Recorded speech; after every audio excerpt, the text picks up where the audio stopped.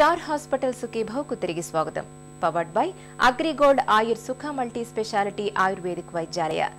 ఏళ్ల కొద్దీ అల్సర్తో బాధపడుతున్నప్పుడు వాటికి సకాలంలో సరియైన చికిత్స తీసుకోని పరిస్థితుల్లో అల్సర్లు క్రమేణా పొట్టలో క్యాన్సర్ విపత్తును తెచ్చిపెడుతూ ఉంటాయి. ఆకలి మందగించడం, క్రమేణా బరువు తగ్గిపోవడం వంటి అనుమానిత లక్షణాలను ముందుగానే పసిగట్టి సకాలంలో కీమో, రేడియేషన్ చికిత్సలను తీసుకుంటే పొట్టలో క్యాన్సర్ను సమూలంగా తుడిచిపెట్టవచ్చు. పొట్టలో క్యాన్సర్ ప్రమాదం గురించిన పూర్తి వివరాల్ని డాక్టర్ని అడిగి ఇప్పుడు తెలుసుకుందాం.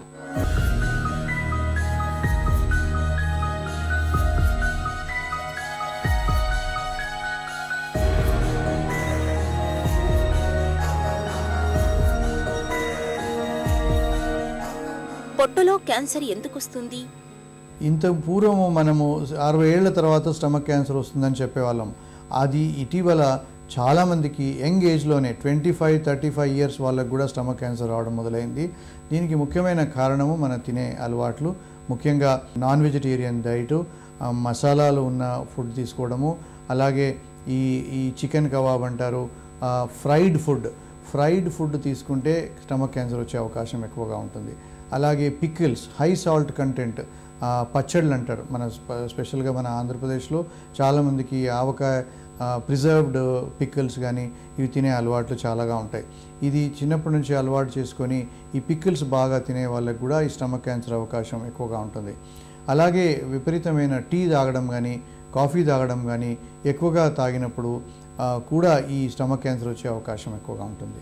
సో ఇవన్నీ మనం కొద్ది జాగ్రత్తలు తీసుకుంటే, ముఖ్యంగా వెజిటేరియన్ డైట్ ఎక్కువగా తీసుకొని నాన్ వెజిటేరియన్ డైట్ను తగ్గించి ఫ్రైడ్ ఫుడ్ అలవాటు తగ్గించేసి, మసాలాలు తగ్గించేసి, బాయిల్డ్ ఫుడ్ ఎక్కువగా తీసుకోగలిగితే, పిజ్జా లాంటివి జంక్ ఫుడ్ తగ్గించగలిగితే స్టమక్ క్యాన్సర్ ఇన్సిడెన్స్ చాలా వరకు మనం తగ్గించవచ్చు అని నా అభిప్రాయం.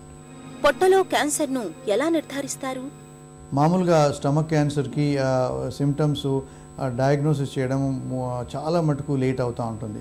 ముఖ్యంగా మీరు తిన్నది అరగనప్పుడు, కడుపు బ్లోటింగ్ ఫీలింగ్ వచ్చినప్పుడు, అంటే కొద్దిగా తినంగానే కడుపు నిండినట్టు ఫీలింగ్ వచ్చినప్పుడు, తిన్న తర్వాత ఆ బెల్చెస్ వచ్చి ఫుడ్ మళ్ళీ గొంతు దాకా రావడం లాంటివి, రీగర్జిటేషన్ అయినప్పుడు, మింగడం ఇబ్బందిగా అనిపించినప్పుడు, తర్వాత మధ్యాహ్నం మళ్ళీ భోంచేద్దామంటే ఇంకా కడుపు నిండగా ఉన్నప్పుడు, అంటే డిలేడ్ ఎంప్టింగ్ అంటాం. మామూలుగా భోంచేసిన తర్వాత 1.5-2.5 అవర్స్లో కడుపులో ఉన్న ఫుడ్ ఎంప్టీ కావాలి. అది ఎంప్టీ కాకుండా పొద్దున్న తిన్న తిండి మీరు సాయంత్రం వరకు అలాగే ఉన్నప్పుడు, ఇండైజెషన్ ఫీలింగ్ వచ్చినప్పుడు, ఇలాంటి ప్రాబ్లమ్స్ ఏమాత్రం ఉన్నా కూడా మీరు తప్పనిసరిగా డాక్టర్ని సంప్రదించాలి. సింపుల్ ఎండోస్కోపీ ద్వారా మనం 99% ఆఫ్ ద క్యాన్సర్స్ని డిటెక్ట్ చేయడానికి వీలవుతుంది. ఇండైజెషన్ ఉన్న వాళ్ళకి అరగనప్పుడు ప్రతి ఒక్కరికి క్యాన్సర్ ఉండాలని లేదు, అది యాసిడ్ ప్రాబ్లం కూడా ఉండొచ్చు. కానీ ఎండోస్కోపీ చేసిన తర్వాత ఒకవేళ ఏమైనా క్యాన్సర్ ఉంటే మనం ఐడెంటిఫై చేయడానికి వీలవుతుంది. దాన్ని తొలి దశలో మనం కనుక్కున్న వాళ్ళం అవుతాము. ఈ తొలి దశలో కనుక్కున్న స్టమక్ క్యాన్సర్ని పూర్తిగా క్యూర్ చేయడానికి వీలవుతుంది. పొట్టలో క్యాన్సర్కు చికిత్స ఎలా ఉంటుంది? ముఖ్యంగా స్టమక్ క్యాన్సర్ ఎండోస్కోపీ ద్వారా బయాప్సీ చేసి కనుక్కోవడం జరుగుతుంది. నిర్ధారణ అయిన తర్వాత సిటీ స్కాన్ చేసి ట్యూమర్ కడుపులోనే ఉందా, కడుపు తర్వాత స్టమక్ బయటికి ఏమైనా స్ప్రెడ్ అయిందా అని సిటీ స్కాన్ ద్వారా తెలుసుకోవడం జరుగుతుంది. దాని తర్వాత స్ప్రెడ్ లేనప్పుడు మనం స్టేజ్ 1, స్టేజ్ 2 అంటాము. ముఖ్యంగా మోస్ట్ ఆఫ్ ద పేషెంట్స్కి సర్జరీ చేయడము చాలా అవసరము. చిన్నపాటి క్యాన్సర్ ఉంటే పార్షియల్ గ్యాస్ట్రెక్టమీ అంటే కొద్దిపాటి స్టమక్నే తీయడం జరుగుతుంది.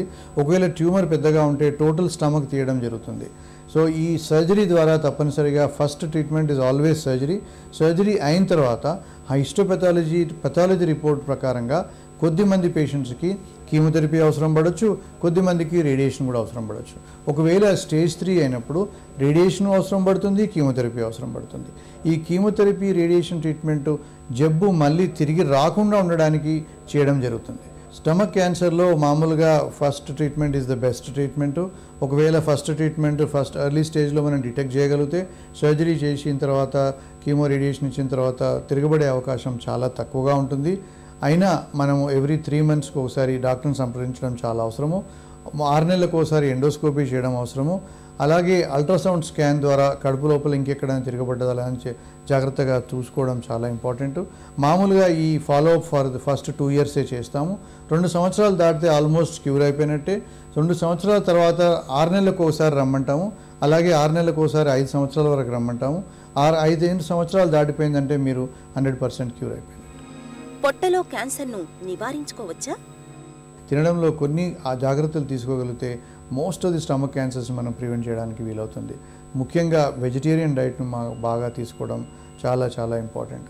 వెజిటేరియన్ డైట్, నాన్ వెజిటేరియన్ ఒకవేళ తీసుకోవాలనుకున్నా దానితోటి గ్రీన్ సాలాడ్ అంటే వెజిటేరియన్ సాలాడ్ తీసుకోగలిగితే నాన్ వెజిటేరియన్లో ఉన్న క్యాన్సరస్ ఏజెంట్స్ని కూడా ఈ గ్రీన్ సాలాడ్ని నల్లిఫై చేస్తాయి. సో దాన్ని క్యాన్సర్ ప్రివెంట్ చేయడానికి గ్రీన్ సాలాడ్ చాలా చాలా ఇంపార్టెంట్. అలాగే ఫ్రూట్స్, ప్రతి మీల్లో మీరు ఒక ఫ్రూట్ తింటే కూడా యాంటీ క్యాన్సర్ ఏజెంట్స్ ఉంటాయి. స్టమక్ని, వాల్ని క్యాన్సర్ రాకుండడానికి ప్రొటెక్ట్ చేస్తుంది. అలాగే మసాలా లాంటి ఫుడ్స్, వేపుడ్లు, ఫ్రైడ్ ఫుడ్ ఇలాంటివన్నీ ఎంత ఫ్రై చేస్తే అన్ని క్యాన్సర్ ఏజెంట్స్ దానిలో ఉత్పన్నం అవుతాయి. అవి క్యాన్సర్ రావడానికి దారితీస్తుంది. సో ఫ్రైడ్ ఫుడ్ అవాయిడ్ చేయడం చాలా ఇంపార్టెంట్. సిగరెట్ కానీ, తంబాకు కానీ ఎలాంటి టొబాకో పదార్థాలు కూడా మనం చివింగ్ టొబాకో కానీ, స్మోకింగ్ టొబాకో కానీ దీని ద్వారా కూడా స్టమక్ క్యాన్సర్ వచ్చే అవకాశం చాలా చాలా ఎక్కువగా ఉంటుంది. అలాగే ఆల్కహాల్ అబ్యూస్ చేస్తే కూడా, అంటే once in a while, once in a party, once in a week or once in 2 weeks కొద్దిపాటి ఆల్కహాల్తో పెద్ద ప్రాబ్లమ్స్ ఉండకపోవచ్చు. కానీ రెగ్యులర్గా ఆల్కహాల్ తీసుకుంటే, అది కూడా ఎంటీ స్టమక్లో ఆల్కహాల్ తీసుకుంటే, అలాగే డైల్యూట్ చేయకుండా ఆల్కహాల్ తీసుకుంటే ఈ స్టమక్ క్యాన్సర్ వచ్చే అవకాశాలు ఎక్కువగా ఉంటాయి. మామూలుగా ఆల్కహాల్ తీసుకునే వాళ్ళు స్మోకింగ్ చేసే అవకాశం ఉంటుంది. అలాగే ఈ క్యాన్సర్ వచ్చే అవకాశం 2 times పెరిగిపోతుంది. అంటే స్మోక్ చేస్తూ ఆల్కహాల్ చేసే వాళ్ళకి 2 times ఎక్కువ ఛాన్సెస్ ఉంటాయి. అలాగే ఈ ఆల్కహాల్ కానీ స్మోక్ చేసే వాళ్ళు దాంతో వాళ్ళు ఫ్రైడ్ ఫుడ్ తీసుకోవడం, స్నాకింగ్ చేయడం చాలా అలవాటు. దీని ద్వారా కూడా స్టమక్ క్యాన్సర్ వచ్చే అవకాశం ఎక్కువగా ఉంటాయి. అలాగే ఇంట్లో చేసిన పికిల్స్, హై సాల్ట్ కంటెంట్ ఉన్న పికిల్స్ని మనం అవాయిడ్ చేయాలి. దాంతో అసిడిటీ పెరుగుతుంది, క్యాన్సర్ వచ్చే అవకాశం ఉంటుంది. అలాగే టీ అండ్ కాఫీ కూడా, విపరీతమైన టీ, కాఫీ ఇంత పెద్ద మగ్గుల్లో విపరీతమైన కాఫీ, టీ పోసుకొని వేడివేడి కాఫీ తాగడం మూలాన కూడా, టీ తాగడం మూలాన కూడా ఈ stomach cancers, food pipe cancer వచ్చే అవకాశం ఉంటుంది. ఇవన్నీ మీరు దృష్టిలో పెట్టుకొని ఇవి అవాయిడ్ చేయగలిగితే తప్పనిసరిగా మీరు స్టమక్ క్యాన్సర్ని ప్రివెంట్ చేయొచ్చు.